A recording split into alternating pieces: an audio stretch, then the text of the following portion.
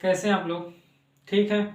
चलिए, हम लोग भारतीय संविधान पढ़ रहे हैं। भारतीय संविधान में हम लोग क्या मूल अधिकार और डीपीएसपी संविधान सभा देख लिए हैं, और हम लोग पढ़ रहे हैं संघ एवं राज्य क्षेत्र के बारे में पढ़ रहे हैं। ठीक है, भाग 1 के बारे में पढ़ रहे हैं। भाग 1 में 4 अनुच्छेद थे, चारों हम लोगों ने देख चुके हैं। अनुच्छेद 1, 2, 3 और 4 चारों देख चुके हैं।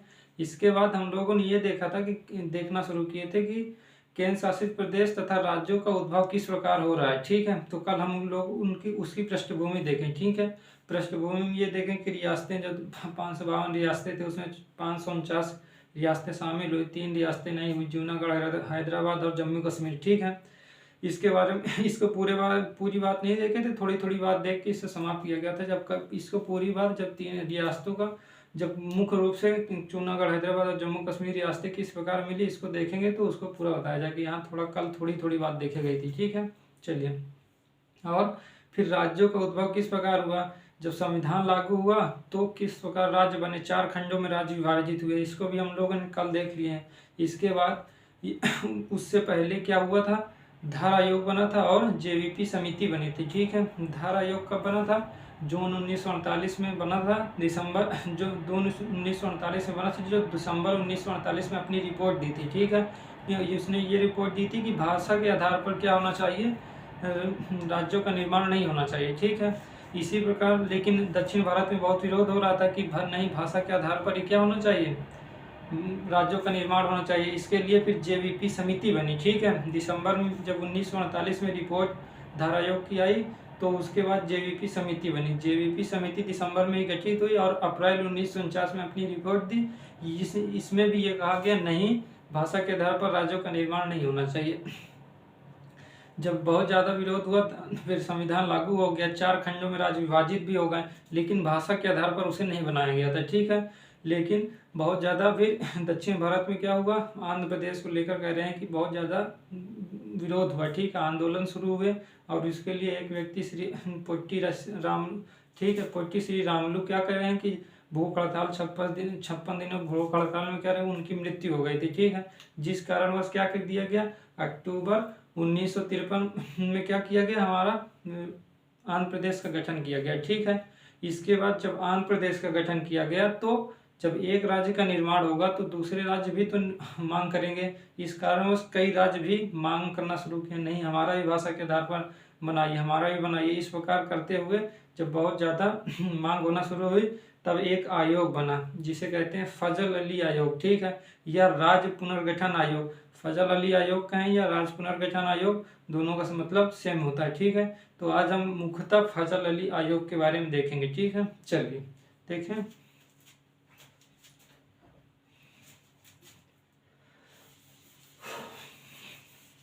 इसको रफ कर, चलिए राज्यों का पुनर्गठन आयोग या फजल अली आयोग के बारे में देखेंगे। ठीक है, फजल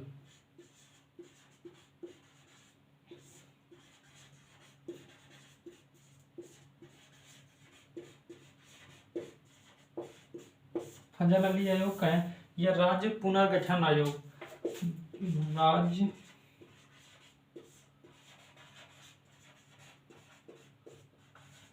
पुनर्गठन आयोग का है। ठीक है, फजल अली आयोग या राज्य पुनर्गठन आयोग।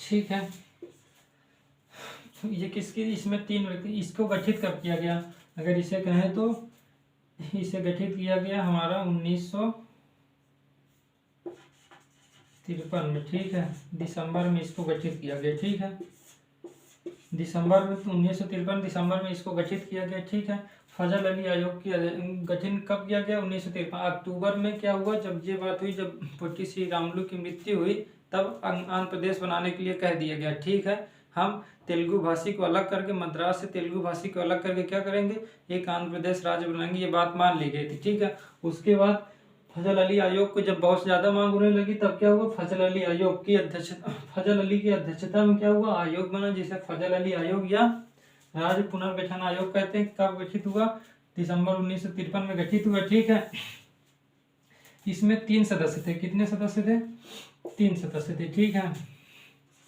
ये अगर कहें कितने सदस्य थे, 3 सदस्य थे। फजल अली आयोग में कितने सदस्य थे, 3 सदस्य थे, ठीक है। इसमें पहले सदस्य हमारे फजल अली सर ही थे, ठीक है।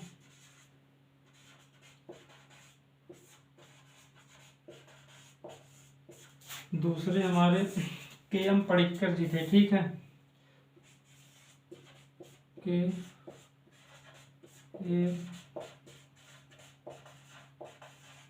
पडिक्कर जी। और तीसरे हमारे थे H.N. कुंजरू, ठीक है। H.N.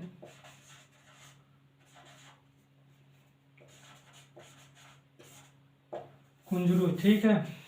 तो 3 सदस्य थे, फजल अली, के.एम. पडिक्कर और H.N. कुंजरू जी इसमें शामिल थे। 3 सदस्य थी। इनकी अध्यक्षता कौन कर रहे थे, फजल अली सर क्या कर रहे थे हमारे, ये अध्यक्षता कर रहे थे फजल अली। उन्हीं के नाम से फजल अली आयोग बन गया, ठीक है। इनसे ये कहा गया कि आप हमको रिपोर्ट दें कि भाषा के आधार पर कौन कौन से राज्य का निर्माण होना चाहिए, ठीक है। मतलब होना चाहिए या नहीं, भाषा के आधार पर राज्यों का निर्माण होना चाहिए या नहीं होना चाहिए, इनसे पूछा गया। अगर होना चाहिए तो किस प्रकार कितने राज्य बनाए जाने चाहिए, इसके बारे में इनसे रिपोर्ट मांगी गई, ठीक है। तो फजल अली सर और ये तीनों लोग मिलकर अपनी रिपोर्ट 1955 में प्रस्तुत किए। कब किए, इन्होंने अपनी जो रिपोर्ट दी 1955 में अपनी रिपोर्ट दी, ठीक है। इन्होंने अपनी रिपोर्ट में कहा, ठीक है, भाषा के आधार पर, हाँ ये बात ठीक है कि राज्यों का जो निर्माण होना चाहिए वो भाषा के आधार पर होना चाहिए, इन्होंने समर्थन किया, ठीक है। लेकिन जब धारा आयोग देखे थे वहाँ पास नहीं किया गया था, जेवीपी समिति देखे थे वहाँ पर भाषा के आधार पर राज्यों के निर्माण का समर्थन नहीं किया गया था।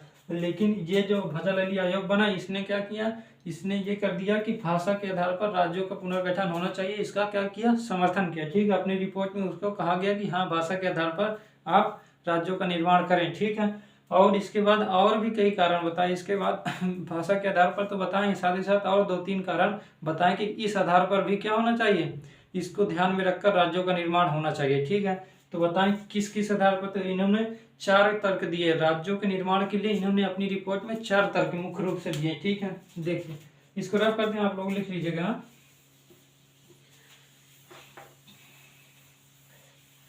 अपनी रिपोर्ट जब प्रस्तुत किया गया, ठीक है, इन्होंने कब 1955 में अपनी रिपोर्ट प्रस्तुत की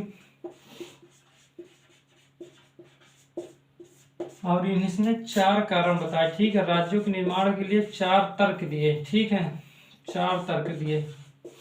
कौन कौन से हैं, पहला देखिए कि भाषाई आधार तो इसमें लिया ही गया था, भाषाई एवं सांस्कृतिक एक रूपता होनी चाहिए, भाषाई एवं सांस्कृतिक, ठीक है।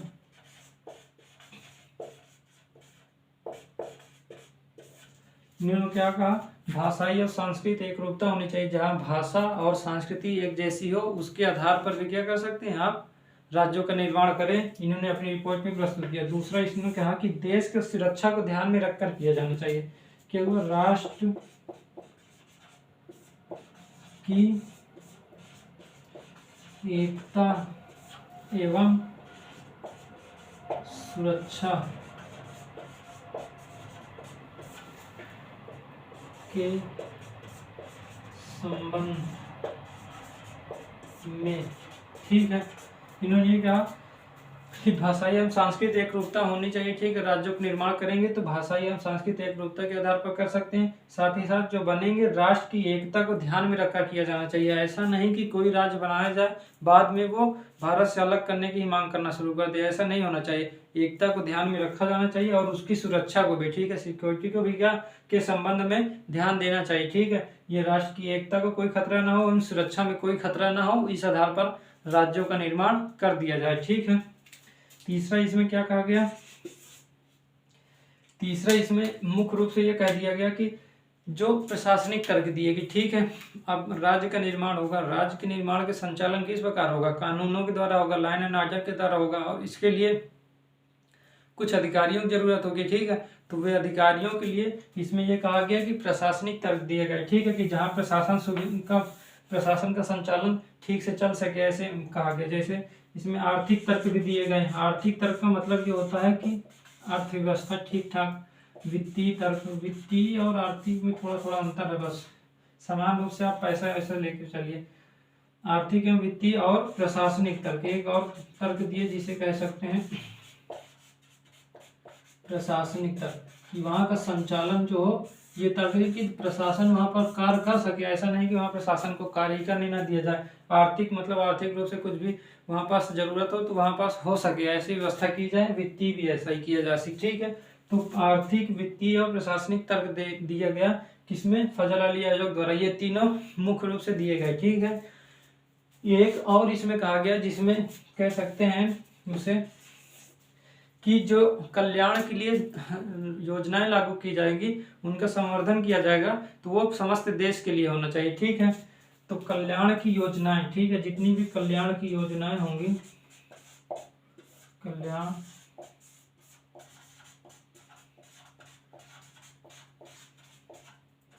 योजनाओं का संवर्धन कह सकते हैं, ठीक है।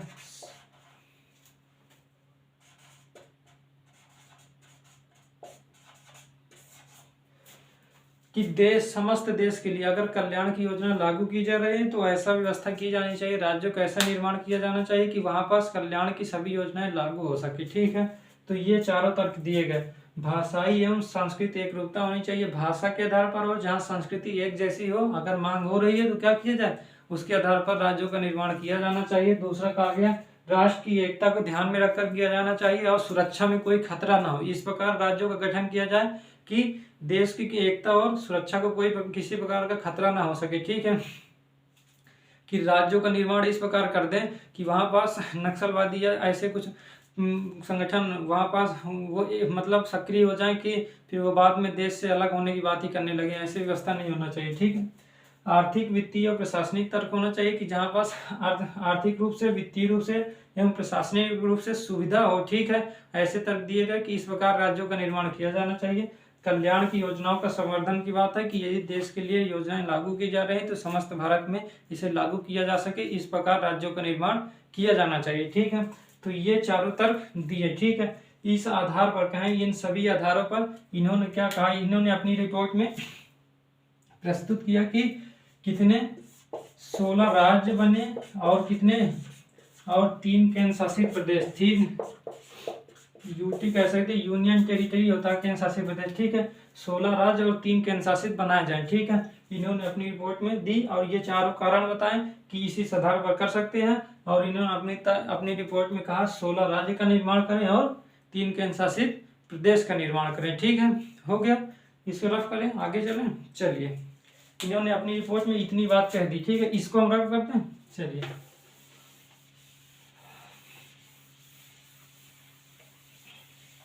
देखिए, कहा गया कि 16 राज्य और 3 केंद्र शासित प्रदेश का निर्माण हो इस आयोग द्वारा, ठीक है। जब ये अपनी रिपोर्ट सरकार को सौंपी, उस समय नेहरू जी की सरकार ही थी, ठीक है।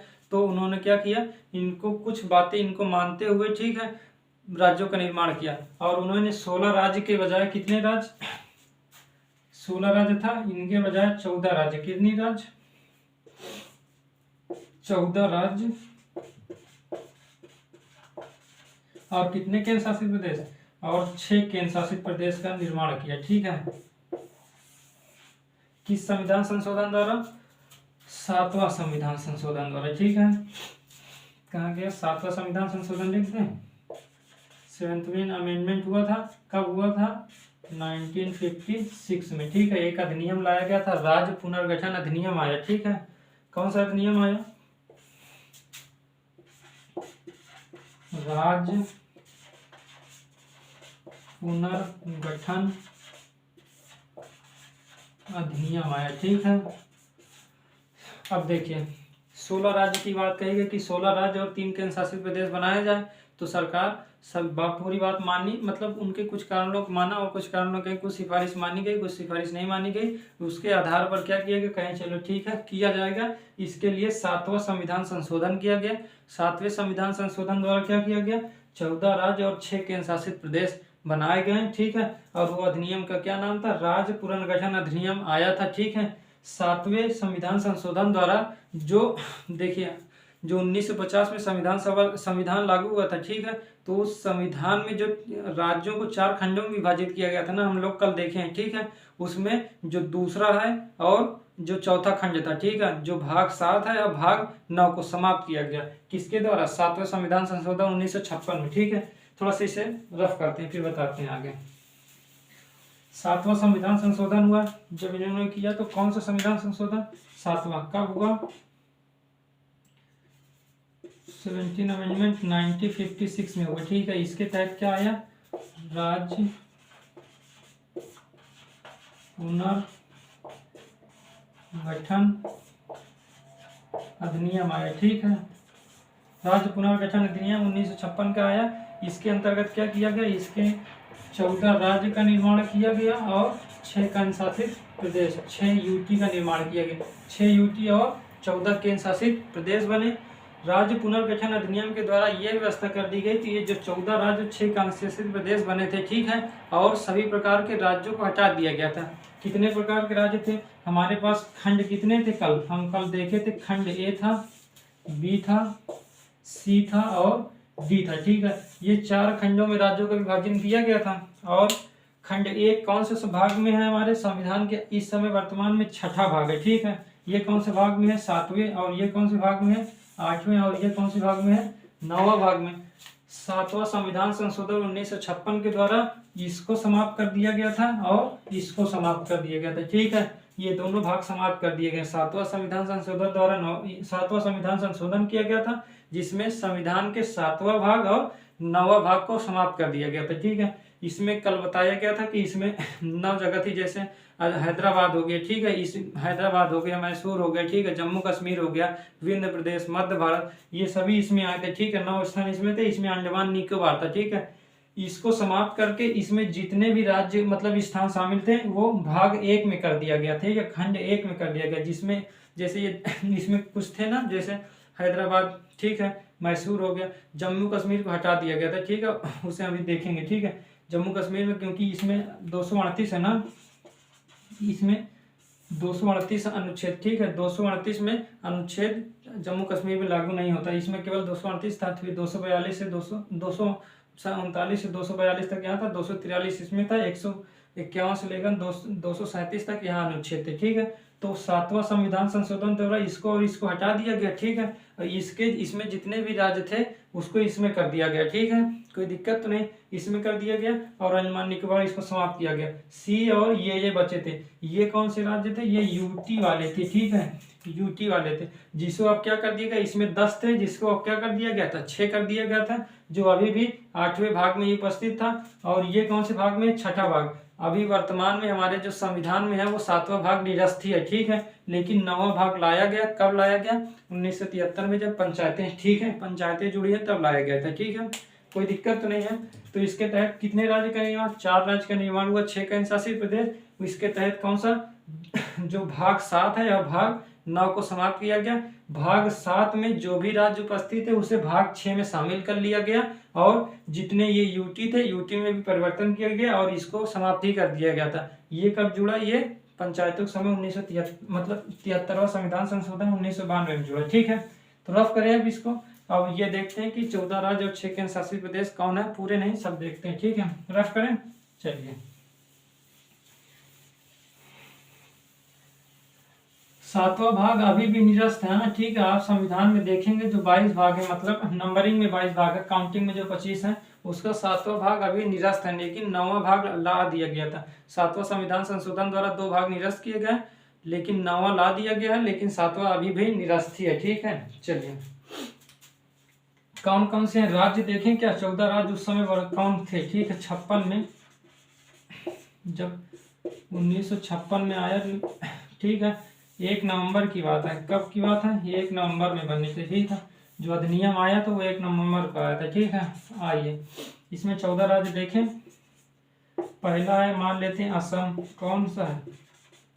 दूसरा कौन सा था हमारा? दूसरा हमारा पश्चिम बंगाल, ठीक है, वेस्ट बंगाल, ठीक है। और तीसरा कौन था? पश्चिम बंगाल के बाद बिहार था हमारा। चौथा उत्तर प्रदेश, ठीक है। इसके बाद जो पांचवा था हमारा कौन सा था, मध्य प्रदेश, ठीक है। छठा हमारा कौन सा था, पंजाब था। सातवां कौन सा था, उड़ीसा था, ठीक है।